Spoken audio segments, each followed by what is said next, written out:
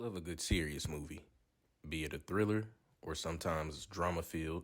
It's cool to sit down and watch those type of movies. However, I'm extra goofy and it's hard to take it's hard to take those movies serious sometimes because they may simply have some moments that are unintentionally funny. These moments can be because of the performance of the actor or because it's a trash movie. There are many reasons. I'm Didi Conway, and let's take a look at 5 movies that are unintentionally funny. Smoking grits and selling chickens, call that painted living. It's Gucci. Living's on the chain with the knee cuts. Living's on the... Coming in at number 5 is Baby Boy. Now y'all know damn well why Baby Boy made this list. $40. Tyrese's performance alone in what should be a serious movie niggas learn from is part of what gets bruh up on here. Let the nigga breathe. He make my mom unhappy. Make his ass bleed. On the real, make him feel the steel. What the fuck are you talking about?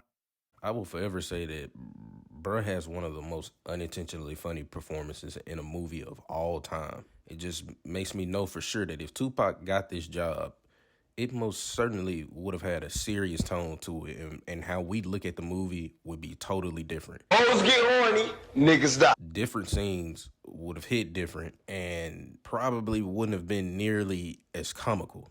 The biggest reason why Baby Boy made this list is because Tyrese already made this bitch so unserious with just acting. But BET had to come along and throw a little bit more niggatry on it. Let me throw a dash of that shit in there. What happened to your shaft? There's powerful niggatry at work here.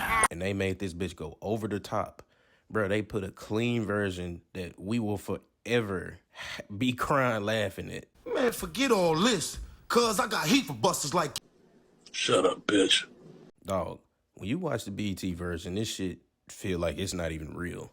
The words don't match the mouth, and the shit just looks crazy overall. And then just think about it. The movie was never supposed to be a comedy, but if you ask our people if it is, they'll tell you yeah. And it's hilarious. And one of the biggest parts that's hilarious is this Ving Rhames line.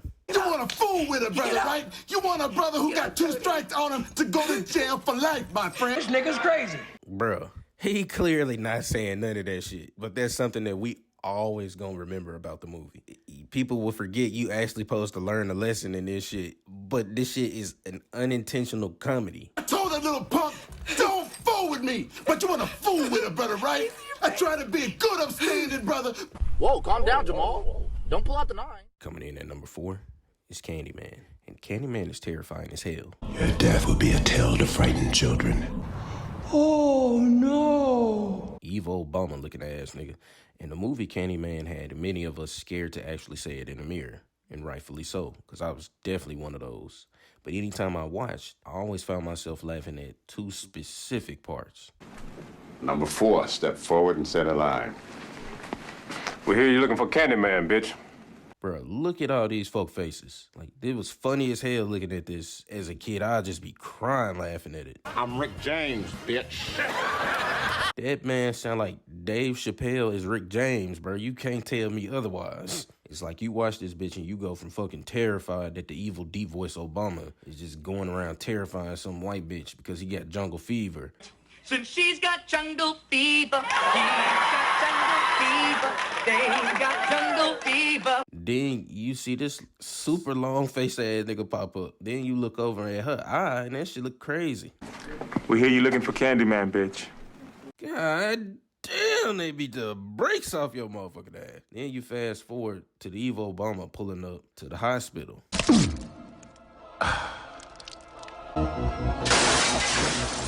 Dog, the way this man flew out the window was fucking hilarious. It's like he was trying to avoid a nigga during COVID. Oh, no. Coming in at number 3, What's Love Gotta Do With It? When it comes to What's Love Gotta Do With It, it's the one movie that I know for sure Angela Bassett most definitely should have won an Oscar for. The movie, specifically in the black community, will always be legendary and will be shown for years to come. But say what you want, this motherfucker has had comedic elements to it for years. Come on, man. Come on, just a little bit. Come on, Ike. What's the matter, baby? The cake, eat the cake. You don't want no part of this shit. That scene alone, hell, just the phrase of eat the cake anime, has been one that black people have sat and made funny as fuck for years. I also want to give a warning. I want to be clear that domestic violence isn't funny, nor am I condoning or laughing at anything that happened to Tina Turner. But black people over the years made this movie a comedy because we don't take shit serious. The cake, eat the cake. You say that line to damn near anybody in your family, anybody black, someone will immediately know what you're referring to. What the fuck was that? What the problem is? Yet, another scene that is fucking hilarious, bruh. Not because of the situation at hand, but Lawrence Fishburne was funny as hell. One, Ike black as hell in real life, where he was black as hell. You are so dark when you touch yourself. It's like black on black crime. I'm talking about 12 midnight extra crispy ass nigga. And y'all had a khaki colored dude walking around on the finest of that powder. What up, man? Fuck. Where the fucking below at? Booger sugar. And that's yet another scene that black people took and made hilarious over the years. Coming in at number 2, it's Lean on Me. You're ugly, boy. Is your parents ugly? Yeah. Well, you gonna grow up to look just like them. Lean on Me is one of the greatest black films of all time.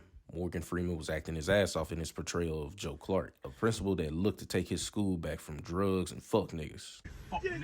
You would watch this and wish Mr. Clark was like your teacher or your principal, but I can also remember crying laughing at certain scenes that were unintentionally funny in this movie.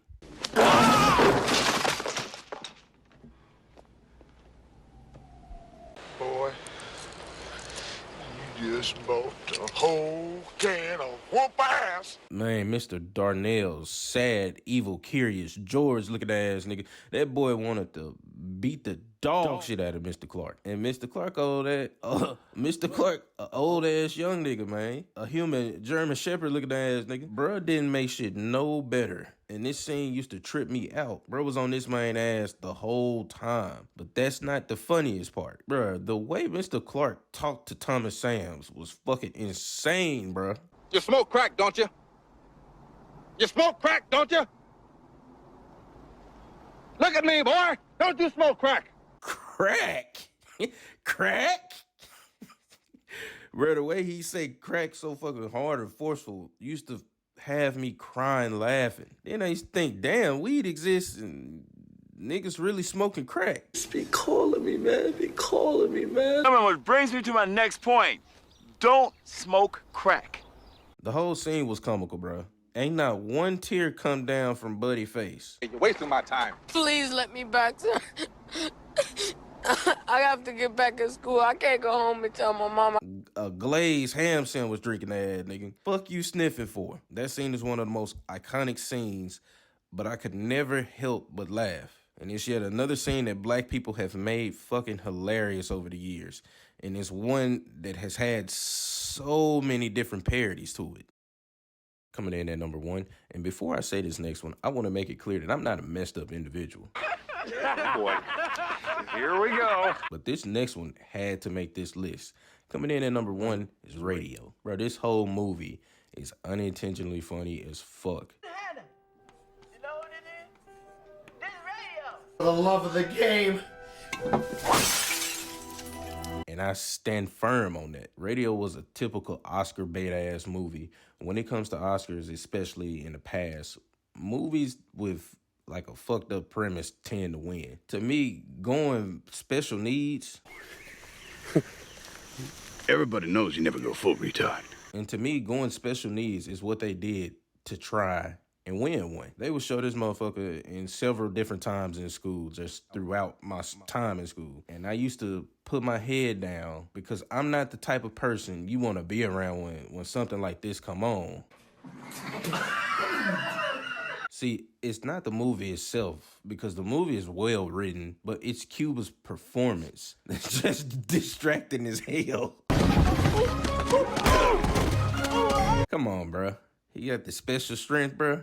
Like, they was fucked up for making this movie. What I'll say overall is this. I think that this movie did not adequately portray those individuals that deal with these type of intellectual disorders, these type of mental disorders, the complexities that they deal with. I think it made it look more comical than anything. I easily think this probably one of his Cuba Gooding Jr.'s one of his worst movies for sure.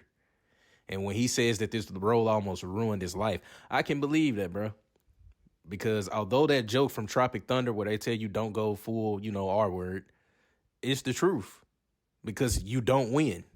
It's clearly Oscar bait. There's a reason why we don't have those type of movies now. We don't have nearly as many. Smoking grits and selling chickens, call that painted living. It's Gucci. Living's on the chain with the V cuts. Living's on the... Well, my pie.